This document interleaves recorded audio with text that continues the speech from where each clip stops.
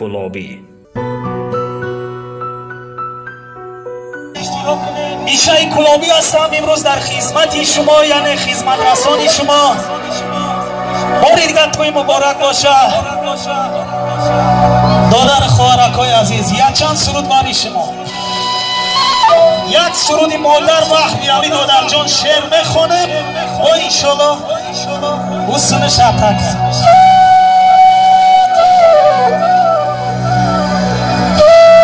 اینجا مکتب شعر میگوی و جمره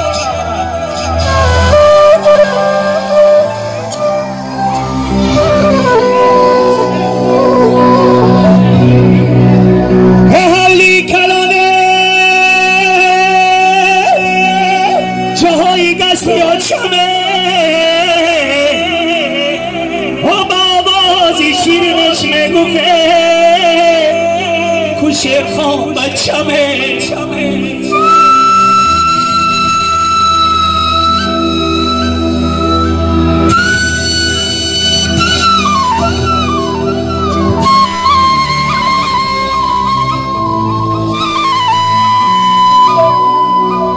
روزکی شود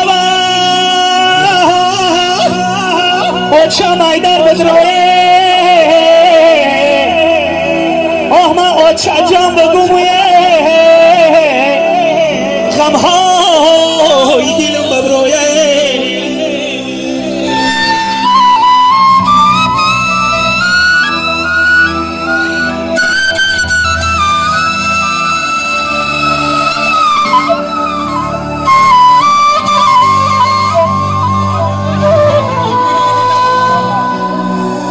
های کتلای سراسیاب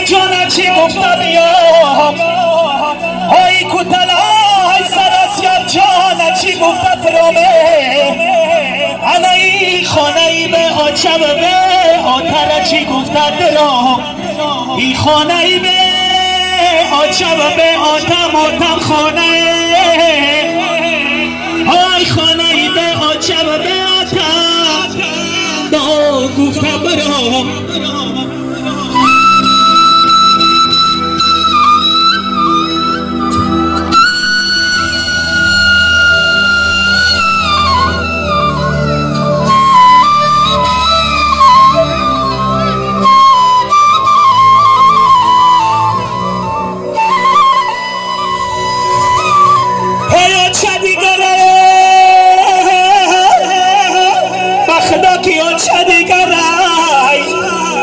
ای باورم کنه آچم جان جیگرای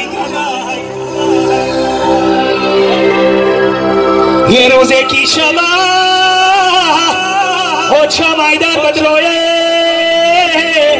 آما آچم بگوه غمهای دلم ببرویه.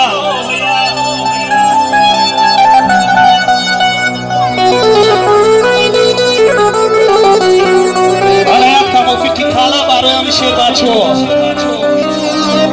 چیست حیاتیش هم میخوانه.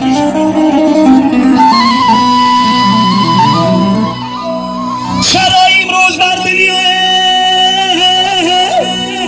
دلی به درد نمی بینم آه من در بین رفیقانم